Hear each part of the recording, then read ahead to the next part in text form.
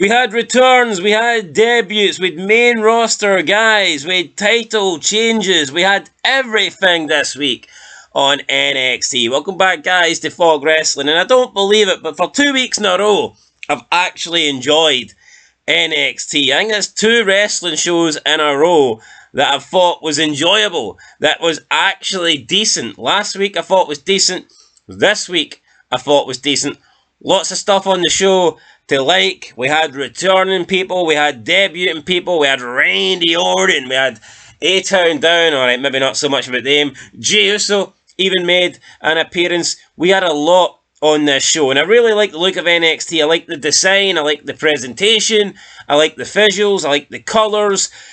I like how it's like darker and gritty, and it's not all shiny, and not everything feels like it's like in HD, like Raw and SmackDown. It's, you look at like they've got like the LED ring apron and all that stuff, and that just looks crap in my eyes.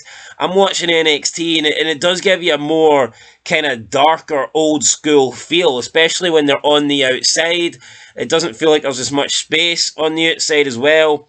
From the barricades to the ring announcing table, it just looks better, man. This show for me, NXT, probably going to be my favourite show going forward. Will they continue to put, the big names on it, like Randy Orton? I don't know, but either way, I like what I've seen tonight. As Booker T would say, oh, I like it. Oh, yeah, when Trick Williams comes out. So, speaking of Trick Williams, he starts the show, he comes down to the ring. Booker T, whoop that trick, whoop that trick, I like it, whoop that trick, oh yeah man, so Booker T in his element, Trick Williams comes out, before he can really say anything though, he gets interrupted by Wesley. Wesley is up in the fan section. He wants a title shot, I guess. He says he's going to come and take that championship because Trick Williams is not the man. Trick Williams is like, whoa. Hold on there, light skin. Your accolades sure speak for themselves. Now, what did he? I don't know if it was a race thing when he said light skin. I mean, I have no idea what that means, but I mean, whatever. I noticed there was a lot of edgier stuff on this show as well. You had people swearing. I mean, Cora Jade, I'm pretty sure, said bitch. Trick was calling people bums. It just felt like an edgier show. But yeah, Trick's like, me and you can face each other, but it's going to end with Trick Willie's hand raised in the air. Wesley says, look, you're not that guy. I'm going to leave your ass in the dust, just like your partner did. Then Jey Uso came out, and, he put Wes on pause, and he told the NXT audience that the 2-time champ main event Jey Uso is now in your city. Trick Williams like, I appreciate you coming out, big dog. And if any bums try and take these titles from us, best believe we're going to whoop that Trick. And then they did like a Trick yeet, a Trick yeet off where Jay would go yeet, Trick would go, whoop that Trick, and the crowd would get involved, and that was all good. And then Wesley kind of just disappeared. And then we get the opening match tonight. Bianca Belair, Jade Cargill, Kalani Jordan come out. And my only issue here is, and it's not a big deal, but when they came out, Jey Uso and Trick Williams were still in the ring. But Jey Uso was playing it cool. He was just in the ring with the belt casually over his shoulder, like he was hanging out, like he was having fun. Whereas Trick Williams was like, shoving the belt up in the air, and it made him look a bit like it didn't make him look like a jobber in my eyes, because you've got the women's music playing, the women are coming out, they're the ones doing their entrance, but he's in the background waving his title in the air. It was like, what the fuck are you doing, Trick? Calm down, what are you doing? Anyway, I don't know, that kind of pissed me off a wee bit, but it is what it is. We get the 6 women's tag match, hardly surprising. Bianca Belair, Jade Cargill and Kalani Jordan win. They defeat Fatal Influence, but I tell you what, the match was alright. It was an okay match. Wasn't too bad, nothing bad at all. We then get Randy Orton, and Kalani Jordan wins with a split-legged moonsault, by the way. Randy Orton's backstage. He's wanting a scouting report on Javon Evans from Axiom and Nathan Fraser. Fraser and Axiom take issue with... Axiom, first of all, said that Javon Evans is the fastest wrestler on the roster, but then Fraser says, well, I'm the fastest. Fraser apologises for being a hothead, but Orton says, nah, it's good to be a hothead. I used to be one of them. And then Fraser's like, well, if it's coming from Randy, I'm not going to change. So, I mean, it was a nice wee segment. We then got Sarah Screebier backstage trying to do an interview with Julia. Julia spoke 2 words. Somebody came in, knocked on the door. Sarah says, excuse me, I'm doing an interview here. But Julia says, nah, that's my old friend. So that was that. Again, Julia just not able to cut any promos. Roxanne Perez then came out and she says that she's going to continue to drink all your tears, all your flavours of the month, but she doesn't have to drink alone anymore because an old friendship is starting to reunite. Cora Jade came out and I thought Cora Jade cut a pretty good promo. I think she's a lot better on the mic than Roxanne Perez, and she was looking hot tonight as well. I mean, it's NXT. Most of the women look hot, let's be honest. No, it's honestly, man, see NXT, you will have to, it's hard to actually find an unattractive woman on NXT, but you look at the main roster, the first woman you see, it's like Shayna Baszler, like Zoe Stark, what the hell's going on? Anyway, Cora Jade came out, cut a decent wee promo there, put over Roxanne Perez, say she deserves to be champion and all this stuff. And then we got Julia came out on the top of the ramp. Cora Jade was fighting her in. It's like, come on, why don't you get in here? It's 2-on-1. But then music played. Stephanie Vaquer came out, made her debut, stood side by side with Julia. They then both charged to the ring. It took Julia about 10 minutes to get into the ring. I don't know if she got caught or something, but it just took her a long time to make it to the ring. A bit strange. They cleared the ring, and then they both hold up the belt. I mean, it was an okay segment. Stephanie Vaquer and Julia, will we get to hear them cut promos? Can they cut promos? Will they cut promos? We don't know, but we'll wait and see. Lexi King then was looking for advice from Charlie Dempsey, and at this point I stopped paying attention because fuck the no quarter catch crew, they suck. Right, then we got second match, Obafemi, Tony D'Angelo. Great match. Tony D'Angelo defeats Obafemi to win the NXT North American Championship, hit the spinebuster through the table, got him in the ring, hit another spinebuster. Obafemi kicked out. Obafemi went for another choke slam, and the Dawn rolled through sunset flip 1, 2, 3. During the match, we also had Obafemi push down the family, and this seemed to piss off Tony D.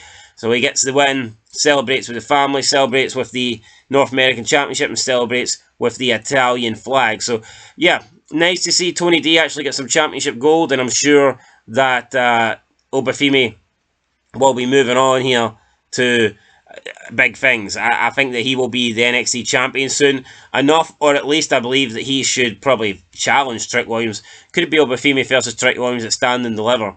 I think that's very, very possible. But yeah, good match, for sure. I enjoyed it, and that was that. We then got Lola Face telling Ava she wants a match with Jada Parker. Ava was like, well, that's good, because she wants one too. And then Nikita Lyons walked in. We haven't seen her in a while. It's been well over a year. She walked in with the fucking cleavage out. I mean, Jesus Christ. Then Lola says, you need to calm down. You need to get out of here. This is my time. And Nikita's like, nah, actually, I've got an interview. I've got a meeting scheduled with Ava. So you need to calm down and touch some grass. Lola says, I'm going to put you back on the shelf. Ava says, well, I was trying to get you a partner. I was trying to get you an opponent. I need Nikita's first opponent back, so it may as well be you. So that's it. It's going to be Nikita versus Lola Face next week. We then got Metaphor backstage. Basically said that they will want a shot at the titles. So it looks like it's going to be Metaphor showing up on SmackDown to get a shot against Jade Cargill and Bianca Belair. We all know who's winning that match, so there's no point really talking about it. We then got Axiom and Nathan Fraser taking on A-Town down for the NXT Tag Team Championships. Another decent match, it is what it is. Axiom and Nathan Fraser win. I think we should be seeing the end of A-Town down now at this point. But you know what? Axiom and Fraser, weird tag team. When they first came together, I thought this was going to suck. I actually find Nathan Fraser surprisingly okay. I don't know what it is about the guy, but to me, I don't mind him. I can tolerate Nathan Fraser. He's I don't know. I like the way, I like his accent. I think he's a pretty, I don't know, there's something strange about him. I'm not going to say he's a great mic worker, but when he cuts promos, you kind of pay attention. And obviously, he is fast in the ring. Axiom's pretty fast too. It's a weird tag team, but you know what? They're growing on me. We then seen Ridge Holland get into a backstage brawl with Riley Osborne. I guess that he's the only member left of Chase U, so there's no one else that there's no one else that Ridge Holland can go around beating up. You know, He's only got Riley Osborne left. He got rid of Duke Hudson. He got rid of Andrew Chase, and obviously he can't touch what's her name, Fia Hale. So yeah, then we got a musical performance for Sexy Red. Right, that's what I didn't like about the show, and this got cut short. She was singing for about, I say singing. This wasn't singing, but she was, doing the musical performance for about 20 seconds. Ethan Page comes out, and you know what? It's actually that embarrassing that they can't do a Sexy Red performance, because I guarantee you, all her songs, they're all filth. They're all vulgar. And I don't care if NXT's getting a bit edgier. They can't be talking about wet ass pee. You know what I mean? They ain't going to be wap, wap, wap and Anaconda and all this crap. That music's trash. That music is absolutely trash. I mean, I highly doubt that Sexy Red has a song that's suitable for WWE. And that's why probably this was cut short. That, of course, and the fact that she absolutely sucks as a performer, and without auto-tune, and without actually just being, already pre-recorded and lip-syncing, she fucking sucks. So you've got to factor that in as well. But yeah, the whole Sexy Red performance was embarrassing. Remember when we'd actually get rock bands and they'd be at Mania, or they would sing people out? Or remember when Fozzy played on Raw, or even John Cena? Remember him and his band? I'm a bad, bad man. I mean, we've got some great stuff. Cena, Jericho. That was guys that were wrestlers, but also had musical talent. Then, of course, you would get Saliva, Drowning Pool, Motorhead, Limp Bizkit, all those guys at WrestleMania. And then Sexy Red can only do 20 seconds before everyone realises that she absolutely sucks. So, is what it is. Ethan Page came out, basically wanted a title shot. Bit strange, because then Javon Evans came out. Ethan Page attacked him. Javon Evans cleared the ring. Sexy Red started twerking, because that's all she literally offers. Twerked, twerked, twerked. That was it. We then got a little preview for Halloween Havoc. And apparently next week we're going to get Tony D'Angelo's championship celebration. Lola Face will battle Nikita Lyons, and Stephanie Vaquer makes her debut against Ren Sinclair. But then we move in to the main event. It was Randy Orton versus Siobhan Evans. Randy Orton, in the end, defeats Siobhan Evans. The match was okay, but it was pretty botchy. Not gonna lie here. There was a couple of moves throughout the match that didn't pay off, and then the last match, the last move, like the last spot, I said that I had a feeling that we're going to try and create a really good RKO, a highlight reel moment. That's exactly what they tried to do, but Orton was nowhere near nailing the RKO. Siobhan Evans jumped off the top rope, did a lot of rotating, did a lot of spinning. Orton tried to RKO in midair, but it didn't connect at all. I mean, it was really awkward in the end, and then Orton just had to grab him up and hit a normal RKO to get the win. So Orton wins, but they wanted a spectacular RKO out of nowhere, and they did not get it. Orton's wife and kid was at ringside as well, so nice wee family reunion there for Randy Orton. We then go into Ava's locker room backstage. You got Wes Lee there, you've got Ethan Page there. She says next week use 2 number 1 contender match, but she was also impressed with Siobhan Evans, so he's going to be added too. It's going to be a triple threat match, and it's like Siobhan Evans lost, he's been rewarded. Ethan Page lost, he's been rewarded. I don't know, man. I think they could have done a better job here. Like, why these 3? I don't really want to see any of these 3, to be honest. Challenge Trick Williams. Maybe it'll be Wes Lee because of what happened tonight. I don't think it's going to be Siobhan Evans, and they might just do a rematch with Ethan Page. But, I mean, that's how NXT went off there. Cut back to Randy Orton. He shook the hand of Siobhan Evans. Then he did his signature pose. And that was it, guys. That was your NXT. So, decent show again. Randy Orton, Siobhan Evans. The main event could have been a bit better had some of the moves pulled off a bit more crispier. But it is what it is. You had the tag team match was not bad. You had the women's match actually surprisingly wasn't that bad, and the North American Championship match was pretty damn good as well. Nice wee start with Trick Williams, Jason, Wes Lee. I thought the women's promo with Roxanne Perez and Cora Jade was pretty decent, but again, as soon as the non-English speakers came out, it just led to a brawl because they can't do anything. Nikita Lyons coming back, I thought was okay with Lola Face backstage. I mean, this was alright, guys. It was an average show, a decent show. I'm going to give it a 5 out of 10. Nothing horrible. I think I gave last week a 5 out of 10.